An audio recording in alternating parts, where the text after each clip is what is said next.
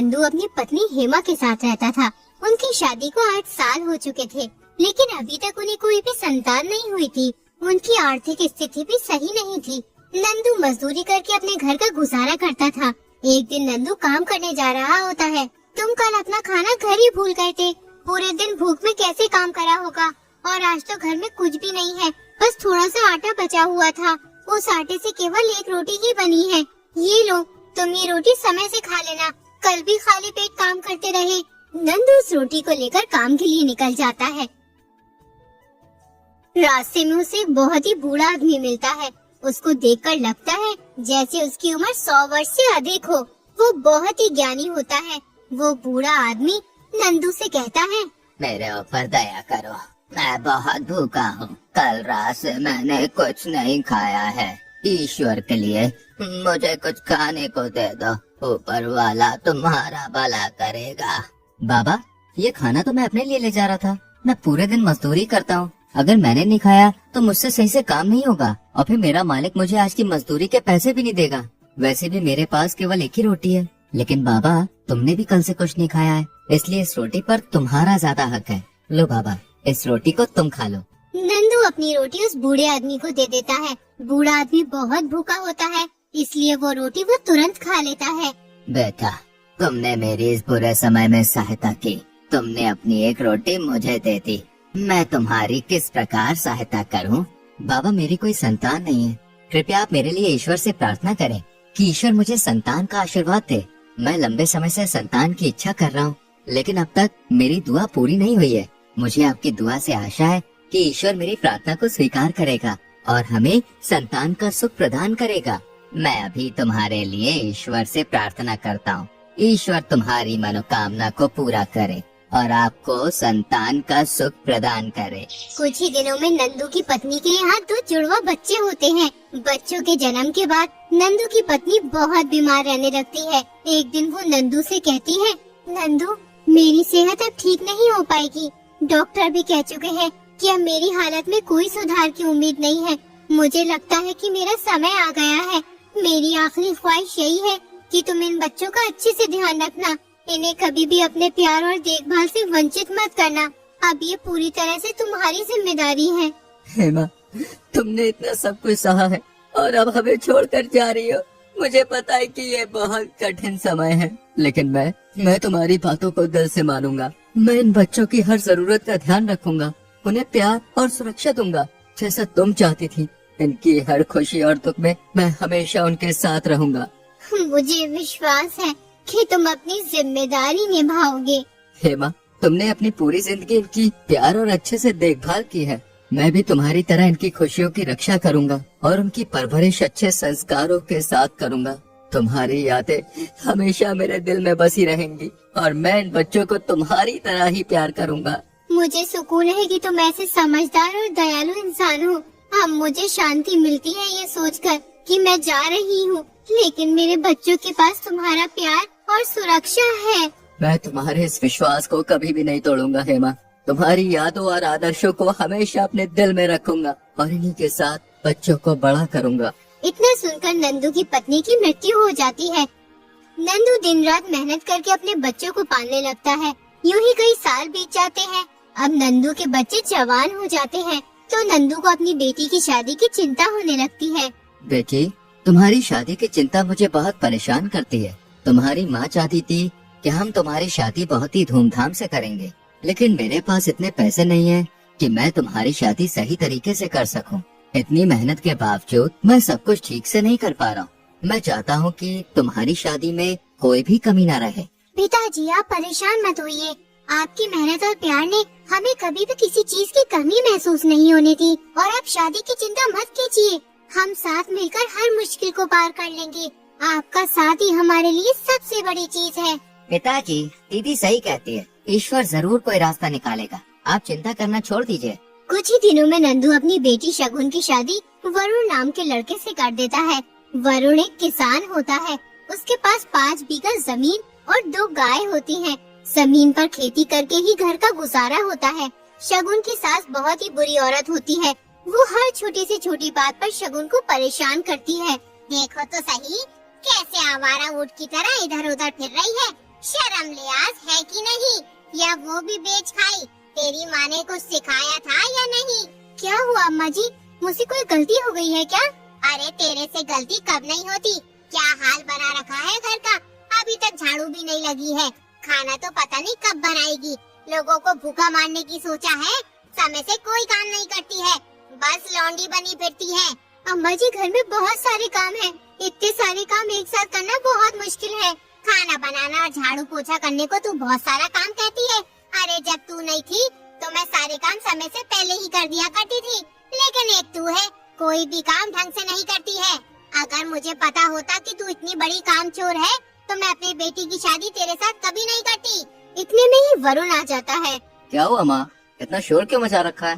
अरे मैं क्या बताऊं, अरे अपनी लाडली बीवी से पूछो क्यों इतना शोर मचा के रखा है। सारा दिन कुछ काम नहीं करती है, घर मुंह फाड़े पड़ा है, लेकिन इससे किसी काम से कोई मतलब नहीं है, जो करूंगी मैं ही करूंगी। शगुन, मैं क्या सुन रहा हूँ, तुम घर का एक काम भी नहीं करती हो, सारा काम माँ करती है। ये बात तो मैं जानती हूँ और ईश्वर जानता है कि मैं कुछ काम करती हूँ या नहीं। सारा दिन काम करते हुए निकल जाता है, एक मिनट आराम करने का भी समय नहीं मिलता। एक काम खत्म होता है तो अम्मा जी दूसरा काम बता देती है। अगर किसी काम को करने में देरी हो जाती है तो अम्मा जी मुझे उल्टी सीधी कहती है। बगैर खाए पिए भूखी प्यासी काम में लगी रहती हूँ। वरुण ये बात अच्छी तरह से जानता था कि उसकी माँ झूठ बोल रही है और वो शगुन से सारा दिन काम करवाती है। जब शगुन खाना खाने बैठती है तो उसकी माँ शगुन को खाली पीली आँख दिखाती है, लेकिन फिर भी वरुण अपनी माँ की तरफदारी करता है। तुम ये बात अच्छी तरह से अपने दिमाग में बैठा लो, अगर तुमने आज के बाद माँ को परेशान किया या घर का कोई काम नहीं किया तो मैं तुम्हें तुम्हारे घर छोड़ाऊंगा। फिर पड़ी रहना वहाँ। आप खड़ी खड़ी मेरा मुंह क्या देख रही हो? जाओ जल्दी से मेरे लिए खाना लेकर आओ, मुझे खेत पर जाना है। अपने पति की बात सुनकर शगुन की आंखें भर जाती हैं और वो चुपचाप खाना लेने चली जाती है। शगुन को रोता देख वरुण को बहुत दुख होता है और वो सोचने लगता है, मैं जानता हूँ शगुन, तुम्हारी कोई गलती नहीं है, लेकिन मैं अपनी माँ के आगे मजबूर हूँ, मैं उनसे कुछ भी नहीं कह सकता। अरे कोई सुनेगा तो क्या कहेगा? वरुण अपनी माँ को परेशान करता है। शगुन खाना लेकर आती है। वरुण खाना खाकर खेतों पर चला जाता है।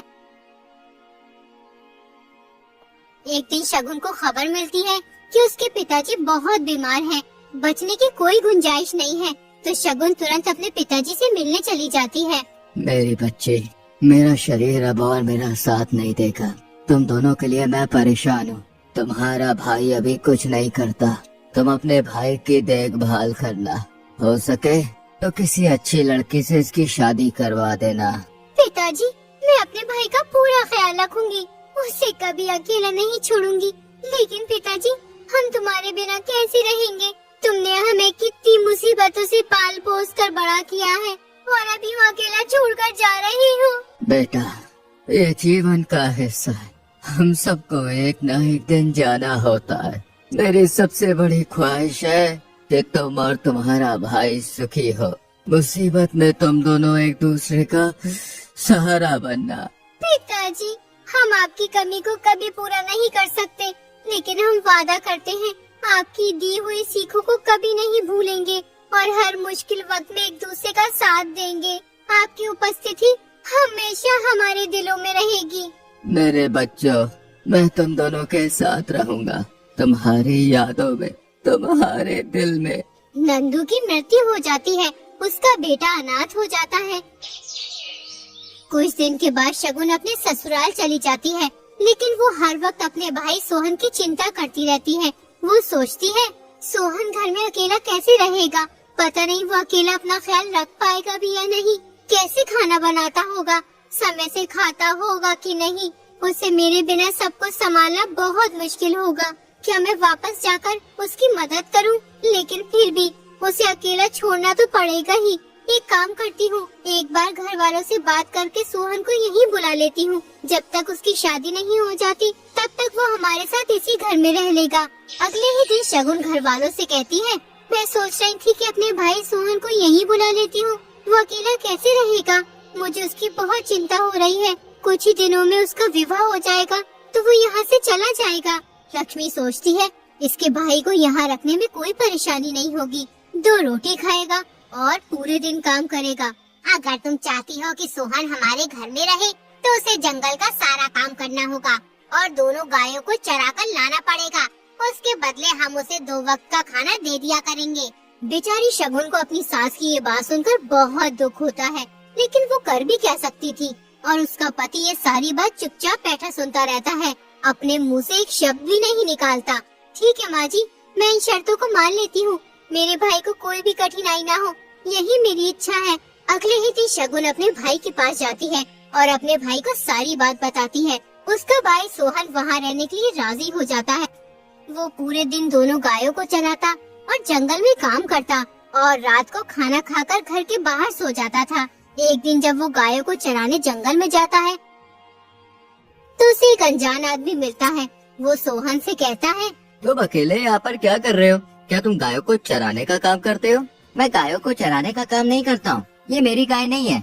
मैं अपनी बहन के ससुराल में ही रहता हूँ, इसलिए मुझे ये गाय चरानी पड़ती है। इसके बदले मुझे 2 वक्त का खाना मिलता है। तुम कितने मेहनती और ईमानदार हो, तुम सिर्फ 2 वक्त के खाने के लिए अपनी बहन के यहाँ इतना काम करते हो।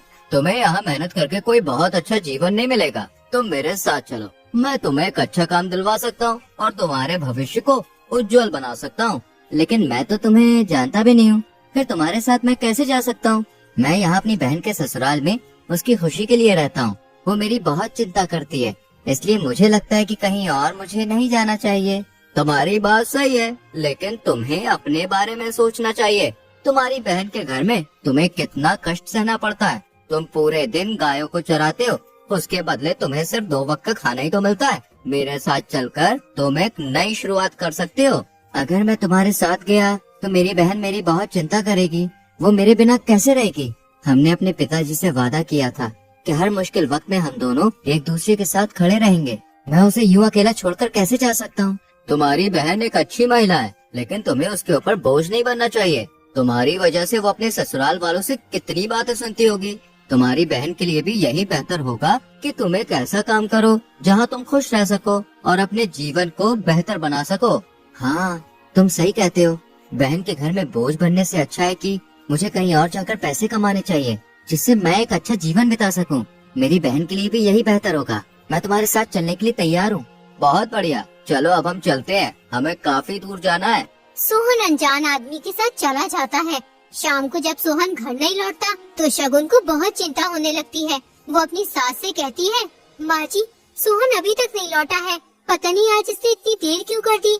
हर रोज तो सूरज ढलने से पहले ही आ जाता है, लेकिन आज अभी तक नहीं आया। ये तो क्या कह रही है? तेरा भाई अभी तक नहीं लौटा? आखिर कहाँ गया वो? कहीं वो मेरी गायों को बेचकर फरार तो नहीं हो गया? अगर ऐसा हुआ तो मैं तेरी जान ले लूंगी। लक्ष्मी जल्दी से अपने बेटे वरुण को अपनी गायों की तलाश में भेजती है। जंगल में उसे अपनी दोनों गायें मिल जाती हैं, लेकिन उसे सोहन कहीं दिखाई नहीं देता। वरुण दोनों गायों को अपने घर ले आता है। यूं ही कुछ दिन बीत जाते हैं, लेकिन सोहन का कोई पता नहीं चलता। सभी गांव वाले मान लेते हैं कि शगुन का भाई मर चुका है। खैर, दिन महीने साल निकलते रहे। धीरे धीरे शगुन अपने भाई को भुलाती रही, लेकिन तीज त्योहारों में जब आस पड़ोस की औरतें अपने भाई से मिलने जाती या उनके भाई उनसे मिलने आते तो शगुन अपने भाई को याद करके बहुत रोती। एक दिन अचानक शगुन को अपने भाई का संदेश मिलता। वो खुशी से झूम उठती है। शगुन जल्दी से पत्र खोलकर पढ़ना शुरू करती है। मेरी प्रिय बहन, मैं ठीक हूँ और एक अच्छा जीवन जी रहा हूँ। मेरे पास किसी चीज की कोई कमी नहीं है। कृपया तुम मेरे पास आ जाओ।